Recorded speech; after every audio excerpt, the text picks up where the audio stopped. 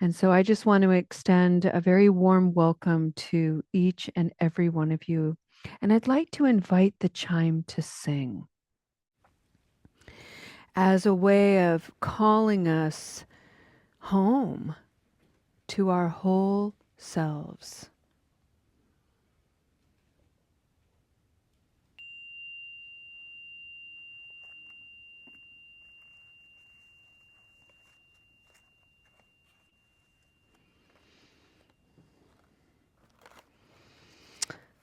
Welcome, everyone. This is Recovery Dharma. My name is Julia, and I am here to facilitate our practice today. For the month of March, we have been exploring in the Spokane Sangha the third noble truth, which is the cultivation of harmony as an end to the discomfort that we experience, the misery, the confusion, the suffering. And so on Wednesdays, however, we just take a little sidestep and we study the work of Zen masters and other great teachers in the Buddhist tradition. For many, many months now, we've been exploring the wisdom of Shantideva, an 8th century monk who himself created a roadmap, taking the Buddhist practices and principles that he was studying in Nalanda University in India in the 8th century, taking those Dharma practices and really investigating for himself, how does this wisdom come alive in me? And so he created this map for himself. And he talked about it and he shared it. And over the many, many years, it was translated, it was written down, and it has been compiled into a book, one of several translations. The one that we're using is called Guide to the Bodhisattva's Way of Life. A bodhisattva is an individual who is determined to create the conditions of their life such that one's very presence is a means by which misery is diminished. And so we have been slowly reading through this book. It reads like a very long poem with various verses, and we're studying chapter 8. And this is on the cultivation of concentration, developing concentration, which, as you know, or maybe you don't, is one of the elements on the Noble Eightfold Path. Today, before we begin, I'd like to share with you a sentiment of loving kindness. It's written on the back of this little painting that I made. This one reads, "May I cultivate clear boundaries of understanding.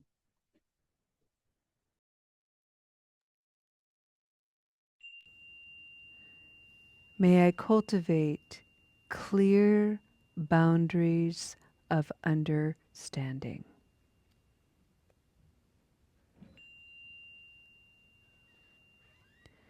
What I love about this sentiment of metta for our practice today, friends, is Shantideva, as the legend goes, was kind of an outlier. So imagine this young man who threw off his wealth just like the Buddha did. He was from a wealthy family and he decided to become a monk and study in this university, but he didn't conform. He didn't follow and step in line. He often skipped classes. He often did not participate in the debates of the day with his students. He kind of seemed like a slacker.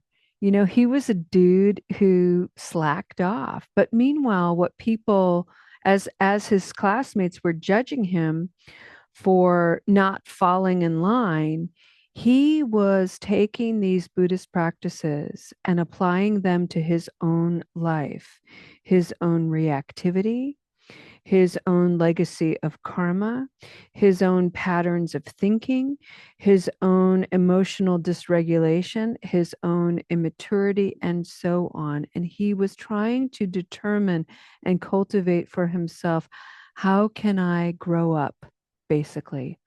How can I look at the habit energy of my own mind and heart and use the Dharma as a guide out, as a way of liberating myself from all of this self-imposed misery? And I think there's something really powerful about that example when we apply it to a journey of recovery. Recovery is incredibly personal and it's highly complex. And the reason is because negative habit energy has many, many faces, and they come alive in each of us in all different kinds of ways. Somebody may have a negative habit energy to alcohol, say, and say they are able to quit drinking, but suddenly they can't seem to get enough sugar or nicotine. Or maybe they're incredibly grumpy and irritable. And so suddenly relationships suffer because the reactivity and the irritability is upended. Patience seems like a million miles away. For somebody else, maybe they're here today with an awareness of a negative relationship to prescribed medications, opiates. And maybe one of the ways that they tame that craving is perhaps they use a different substance like marijuana or food or exercise. So many different ways that habit energy comes alive. And so it's personal. There's no one way to liberate ourselves. The only way is your way, your understanding, your stumbles, your mistakes, your awareness and awakening. Everything that comes across your path is the raw material for you to understand the conditions of your life. We come together as community to be inspired by one another, to share and to be present to one another, to bear witness to the success and the trial.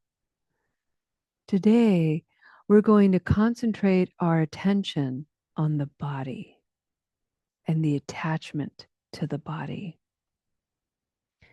So, what I'd like to do is encourage you to turn your gaze inward to your body. And the attachment that we're going to explore today in this ancient wisdom is Shantideva's perspective on, all the ways, all the things that people were doing even in his time to decorate the body, to exercise the body, to eat in a way that was gluttony, to eat in a way that was depriving, all the ways that people gussy up the body. And even in our contemporary world, we can begin to examine all the ways that we see people working with the body as a way of holding on to the illusion of youth. So for hundreds and hundreds of years, the body has been a source of obsession, of craving, of neuroses. And so it is a wonderful place to concentrate the attention and to ask a very simple question. What is my relationship to my body? How do I talk to myself about my body?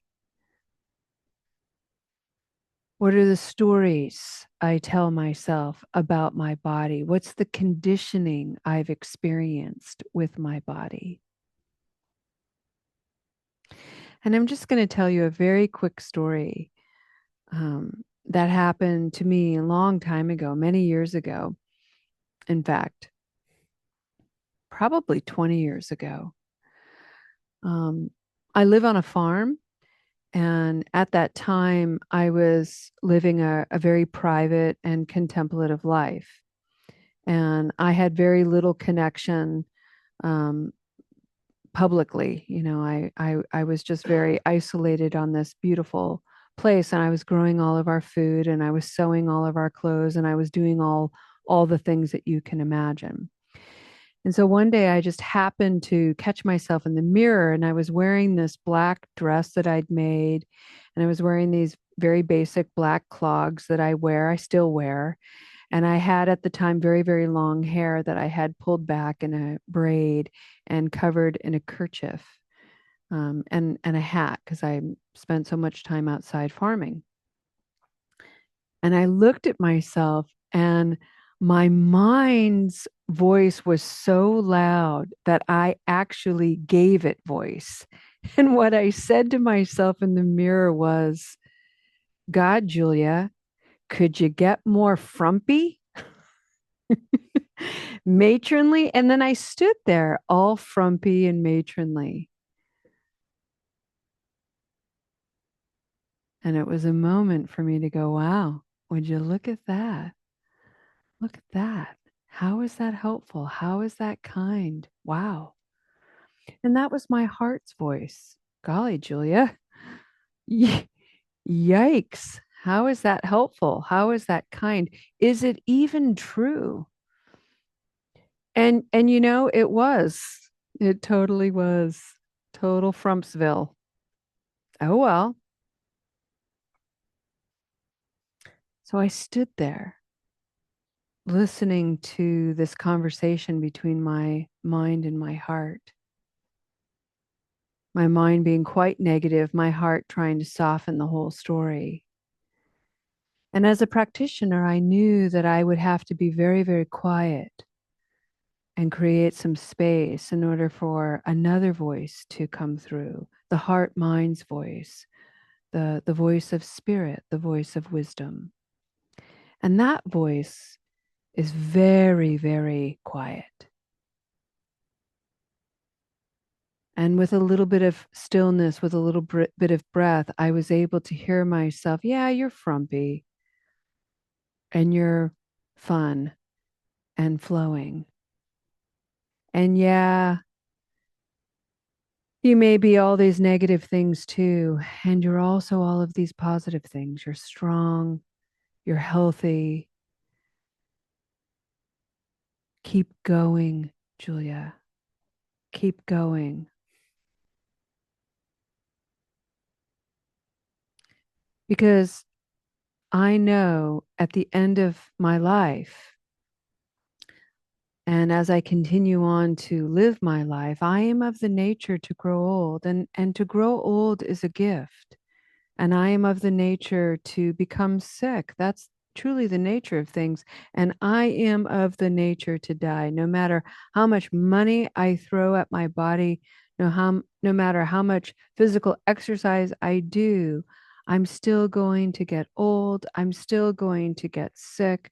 I'm still going to die. So at the end of the day, the question is, how am I living this precious human life? These are the words of Shantideva. Although we engage in harmful actions and even sacrifice all our wealth for them, what is the real nature of these bodies that we like so much to embrace? They are nothing other than skeletons that are neither autonomous nor inherently existent. Rather than being so desirous and attached to them, why do I not strive to pass beyond sorrow instead.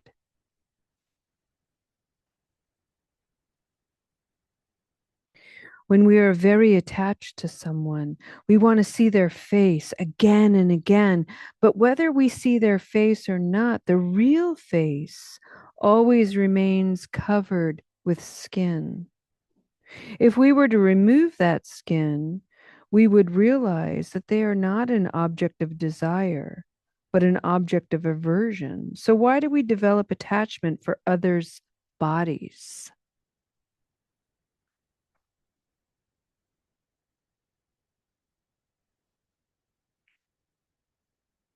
Others' bodies to which we are very attached are just collections of flesh and bone. At any moment, they could be destroyed by the Lord of Death. So, why develop attachment to them?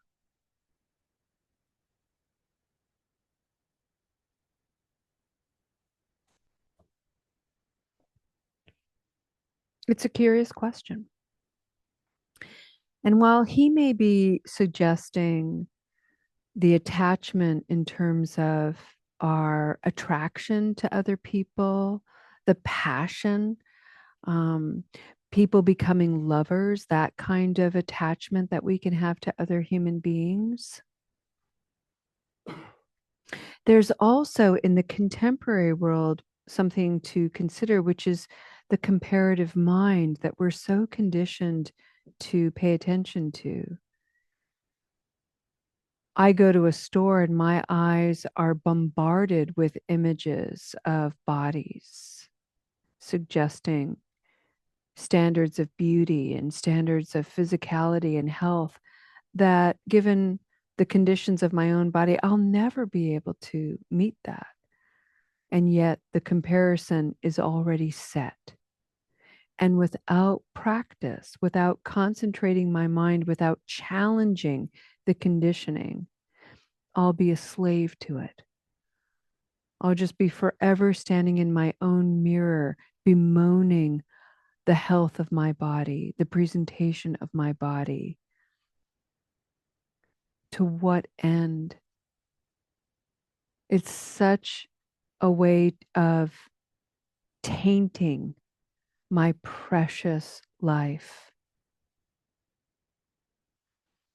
So, for the remainder of this practice, I encourage you to just sit with your own relationship to your body. What are the stories you tell? What are the demands you have? Is there any space for words of kindness, for words of encouragement? Can you cultivate some awareness that there are thousands of people all over the world navigating this precious life without limbs, without eyes, without ears, without the capacity to speak? There are thousands and thousands of people in the world right now in this moment whose precious life is defined by very serious illness. They struggle to breathe.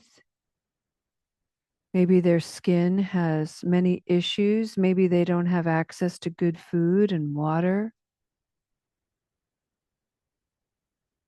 And if these are conditions that you don't have to contend with in your life, you got a lot going for you. And can that be a place to concentrate the mind of gratitude?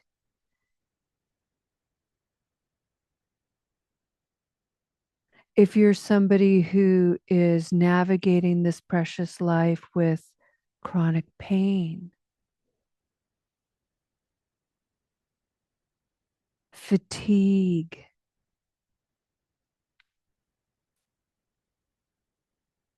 panic, distress,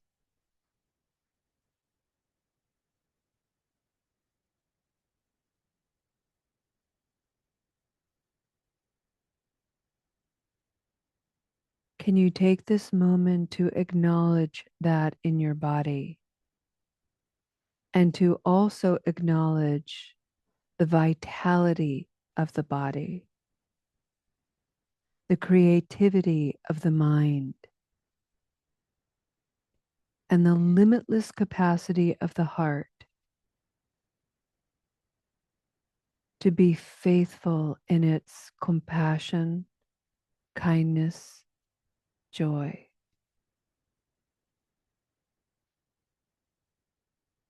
Come into your body.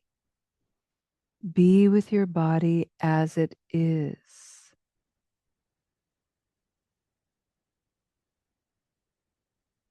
And breathe. Breathe your presence to it.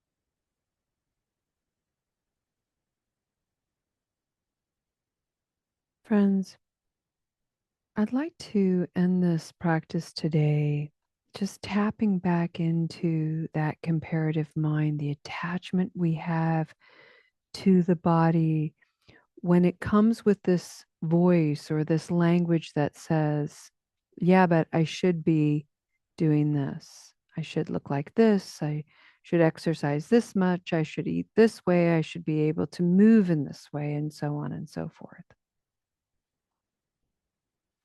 And if you have a voice in your experience that is strong in that way,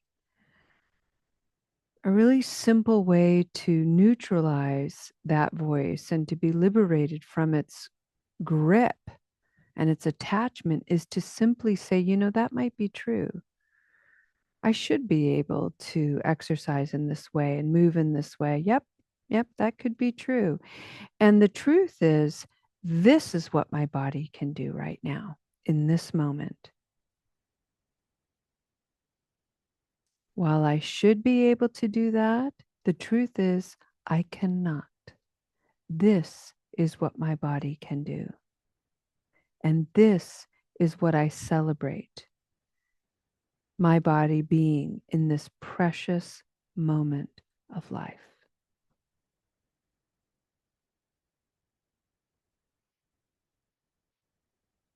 It is a boundary to maintain, and it's a boundary of understanding to have for ourselves and to bring into this world as we navigate these very, very tricky conditions. And it's a practice, friends, a deep, deep practice.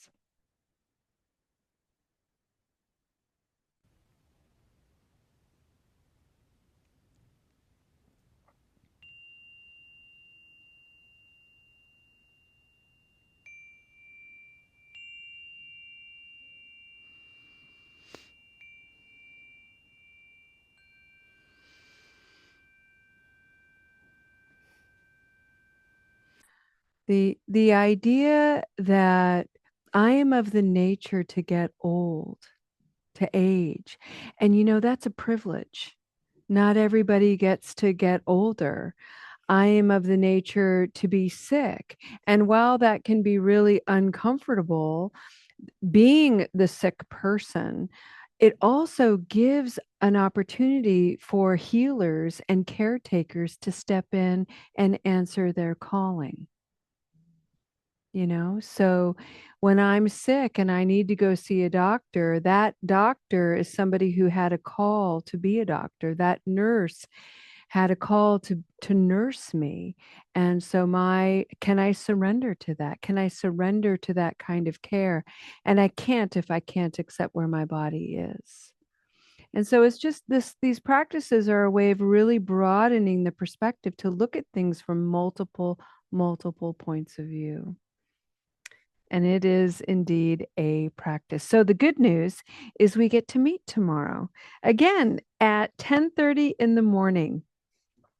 And we're going to continue our efforts, our wise efforts to cultivate the conditions of harmony. And here's the irony. You cannot experience harmony in the absence of disharmony. The problem is that we've normalized disharmony, that when harmony comes, we're suspicious of it, or we feel like it's a betrayal to all the chaos that we've grown accustomed to. And right? And so we have to practice this, creating an environment where what we're experiencing is soft and gentle and open and balanced. So that's what we're going to do tomorrow. And we're probably going to use the body to get there. And then on Friday, we meet online only at 11:30 a.m. I want to bring your attention to the chat for those of you who are online. So Lo has posted the link to Soul Center, which lists all of our Recovery Dharma offerings Monday through Friday. I want to let you know that on our website, you can have access to our recordings and our podcasts. You could, I think, listen to Soul Center's Recovery Dharma 24/7. There's that much content out there. So there's podcasts, there's a YouTube page, there's some of the older audio recordings on the website itself. There's so much content. It's freely offered, and you can access it in your own time, in your own way, in the privacy of your own home. And please do. And I'd like to bring your attention to Sati Seva. And Sati Seva is a mindfulness practice that we've created here for the last going on 6 years now, as a way of bringing people who are in recovery along with people who are in more supportive roles, our friends, our family members, professionals, allies, and so on. For those of us who are in recovery, we're also probably friends with other people. And it helps to know what that role is. And so we created 16 mindfulness practices to explore how to reimagine recovery and support. You can get a book if you want to, that's on our website. And I'm bringing this forward because there's a whole chapter in here on the cultivation of receptivity. It is a spiritual practice. And with receptivity is another practice of receiving, and they're different. There's subtle differences, but there is a difference because you can't receive if you're not receptive to receiving. You can't receive if you're not surrendered to a certain degree. You can't be receptive if you don't have degrees of acceptance. So these are deep, layered spiritual practices. We don't meet for Sati Seva until April 1st, which is a Wednesday. Next Wednesday, a week from today. Hooray! It's only a week. Yay. And we meet 4 times a month, and it's a 90-minute practice, and it's great, good fun. So I hope you can join us. We're going to be exploring the cultivation of openness. On Saturday, April 4th, we're going to have a nutritionist offering a workshop on our relationship to sugar and the body's relationship to sugar. And so if you'd like to learn about sugar and what happens in the body, how to better regulate your sugars, how to use nutrition and food, please check that out. We offer classes and workshops as a way to help us underwrite the cost of having a physical space. So whenever you participate in these things, you're really helping us have this space and all the things that we do. If you'd like to make a Dana offering, you can do so. There's a section on the website to be generous. Email me with any questions or concerns. And if you need verification for your attendance here today, put your email in the chat and or send us an email and we'll take care of that for you. All right. Let's go ahead and end our practice today with a dedication of merit.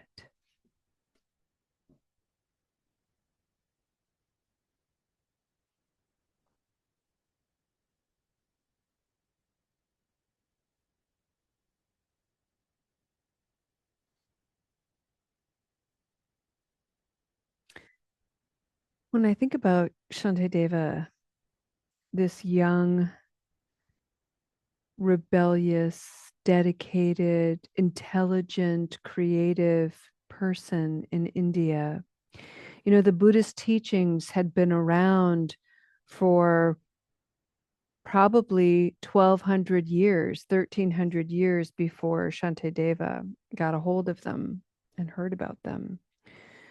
So they were foundational, they were fundamental, they were well known, they were spoken of, they were studied. And again, what he did that is so precious and unique is, how do I take refuge in this wisdom so it comes alive in me?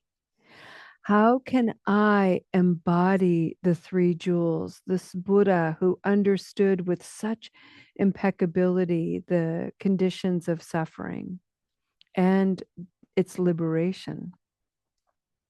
How can I understand the thousands and thousands of teachings and sutras left behind? And how can I be one among a community and take refuge in all of it and be a vehicle of presence, a vehicle of healing, a way to guide people out of their own misery? So there's a wonderful dedication that is attributed to Shantideva, and it goes like something like this. And what you can do is you can sort of imagine a radiant light at the level of your heart. And this light is not only radiating out in front of your body, but also behind you, what you cannot even see. And it's radiating in every imaginable direction, limitless.